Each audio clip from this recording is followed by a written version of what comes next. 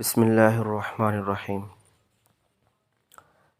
دین کی خوبصورتی اور دین کی زینت و خواہشات پر قدم رکھنا ہے، اپنی زندگی کے مشکل فیصلوں کو دین پر قربان کرنا ہے کہ جنگ بدر میں کیا وہ منظر ہوگا کہ جب جنگ بدر میں آمنا سامنا ہوا کفار اور مسلمانوں کا، تو حضرت عمر نے اپنے سگے ماموں کی گردن کاٹی، اور حضرت ابو عبیدہ بن جراح رضی اللہ عنہ جنگ کے اندر جب جنگ کا طبل بجا، حالات بگڑے، تو جناب ابو عبیدہ رضی اللہ عنہ فرماتے ہیں کیا کہ تاریخ نے ایک عجیب موڑ پر مجھے لا کر کے کھڑا کر دیا۔ میرے لیے اللہ نے جو آزمائش رکھی وہ سب سے بڑی تھی۔ وہ آزمائش کیا تھی؟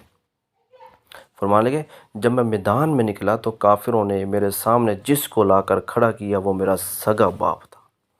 اب بتلاؤ میرے دوستوں، میرے عزیزوں، ایک طرف باپ ہے، ایک طرف دین ہے، ایک طرف باپ ہے اور دوسری طرف دین ہے، بتلاؤ وہ کیا منظر ہوگا؟ آمنے سامنے ہیں۔ اب میرے سامنے دو راستے تھے۔ حضرت ابو عبیدہ بن جراح رضی اللہ عنہ فرما رہے ہیں کہ باپ بچاؤں یا رسول اللہ صلی اللہ علیہ وسلم کا دین کو بچاؤں؟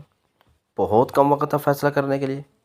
آج ابا بچے گا یا دین بچے گا، کفر بچے گا یا اسلام بچے گا؟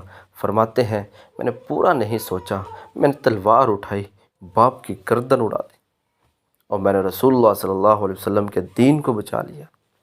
میرے دوستوں، میرے عزیزوں، یہ واقعہ سننا سنانا بہت آسان ہے کہ جب یہ معاملہ ہوا ہوگا تو کیا ہوا ہوگا، کہ یہ الفاظ موجود ہیں اور وہ تلوار سے اپنی باپ کے گردن کو اڑانا، وہ کیا منظر ہوگا۔ آج ہمارے ہاں ہمارا باپ حق پر ہے یا نہیں ہے، میں نے اپنے باپ کا ساتھ دینا ہے۔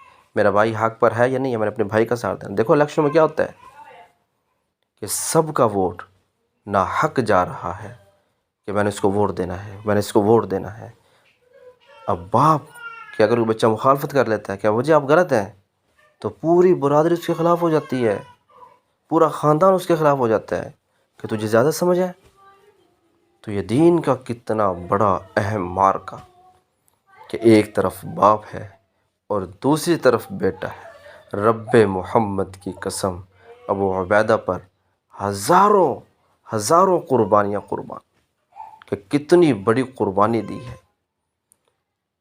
کہ کیا ہوا؟ کیا فرما رہے ہیں کہ میرے سامنے جس کو لا کر کھڑا کیا کافروں، وہ میرا سگا باپ تھا۔ میرے سامنے دو راستے تھے کہ میں باپ کو بچاؤں یا رسول اللہ صلی اللہ علیہ وسلم کے دین کو بچاؤں۔ کہ آج یا باپ بچے گا یا اسلام بچے گا، کفر بچے گا یا اسلام بچے گا۔ تو پھر کیا ہوا؟